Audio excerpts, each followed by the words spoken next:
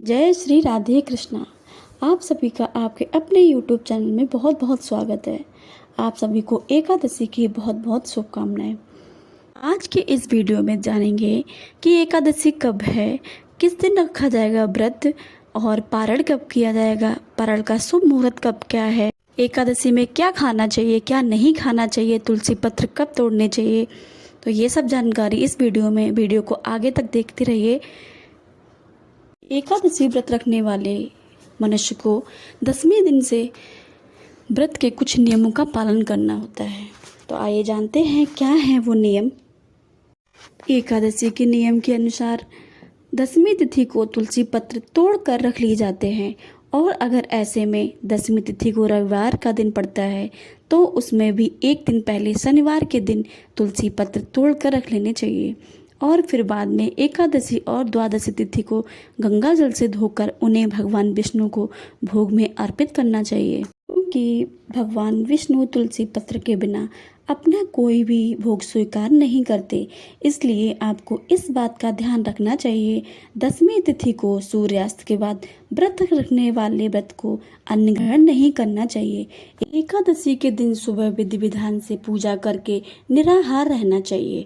दिन भर निराहार रहकर शाम को पूजा करने के बाद यदि आपकी सामर्थ्य नहीं हो रही है तो निराहार रहने की तो आप एक समय फलाहार ग्रहण कर सकते हैं और फलाहार में भी केवल मौसमी फलों का आप सेवन कर सकते हैं और ड्राई फ्रूट्स का ही सेवन कर सकते हैं। भूल कर भी शहद का सेवन व्रती को नहीं करना चाहिए। किसी प्रकार के अन्न का सेवन नहीं करना चाहिए।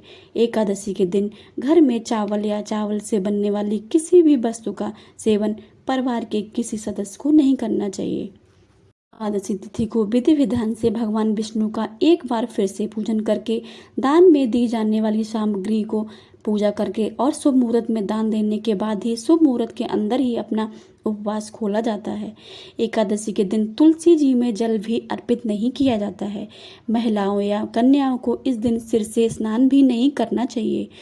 तो आप एक दिन पहले ही तुलसी जी में जल भी अर्पित कर लें और महिलाएं या कन्याएं इस दिन व्रत रखना चाहती हैं उन्हें सिर से स्नान एक दिन पहले करना चाहिए। व्रत के दिन भगवान विष्णु की पूजा में पीले रंग की वस्तुओं को ज़्यादा से ज़्यादा इस्तेमाल करना चाहिए और द्वादशी तिथि को भी किसी न किसी पीली सामग्री का दान देना शुभ होता है, जैसे कि आप हल्दी या पीले वस्त्रों का या फिर पीले फलों के केले में का दान दे सकते हैं।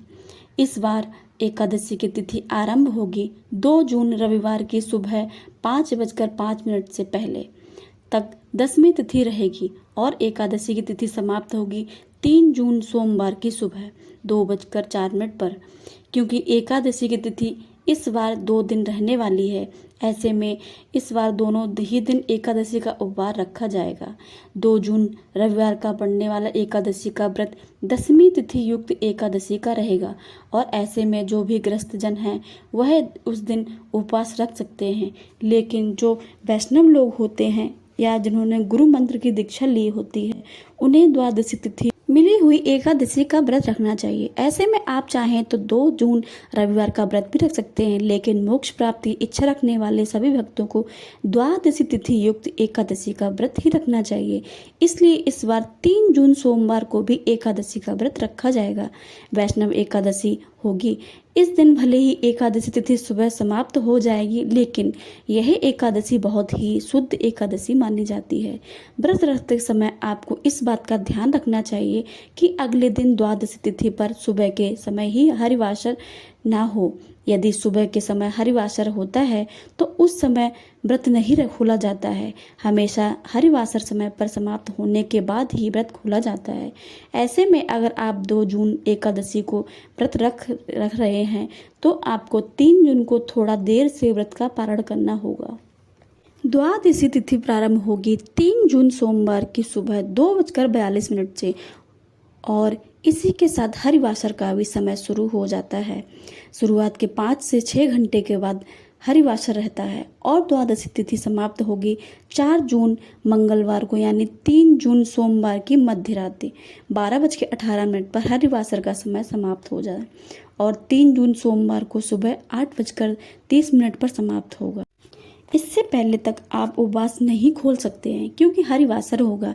ऐसे में जिन्होंने 2 जून को एकादशी का व्रत रखा है उन्हें 3 जून सोमवार को 8:35 से 9:55 के बीच ही एकादशी का व्रत खोलना चाहिए। यदि किसी कारण से आप सुबह के समय उपवास न खोल पाएँ तो आप दोपहर 1 बजे से 3 बजे के बीच में अपना उपवास खोल सकते हैं। और जिन्होंने 3 जून सोमवार को वैष्णव आपरा एकादशी का व्रत रखा है वे 4 जून को मंगलवार को सुबह 5:40 से 6:20 के बीच में आप अपना उपवास खोलेंगे। इस समय आपको अपने व्रत का पारण करना होगा। आप हमेशा पारण से पहले आप पूजा कर लें, भगवान को भोग लगा लें और जब पारण मुहूर्त हो उस समय आप विधि विधान से यदि आपकी सामर्थ्य हो तो किसी ब्राह्मण देवता को या किसी पुजारी को या किसी वैष्णव को अपने घर आमंत्रित करके उन्हें भोग प्रसाद दें और उसके बाद तुलसी पत्र और जल से अपना उपवास खोल सकते हैं। यह थी आज की वीडियो। इस बारे में और अधिक जानने के लिए हमारे चैनल पर आने वाली अगली वीडियो को जरूर देखिएगा। प्राय एकादशी की व्रत की कथा सुनने के लिए हमारे वीडियो पर लगातार बने रहिए, हमारे चैनल पर लगातार बने रहिए। तो मिलते हैं अगली वीडियो में, तब तक के लिए जय श्री राधे कृष्णा। आप सभी को एकादशी की बहुत बहुत शुभकामनाएं। धन्यवाद।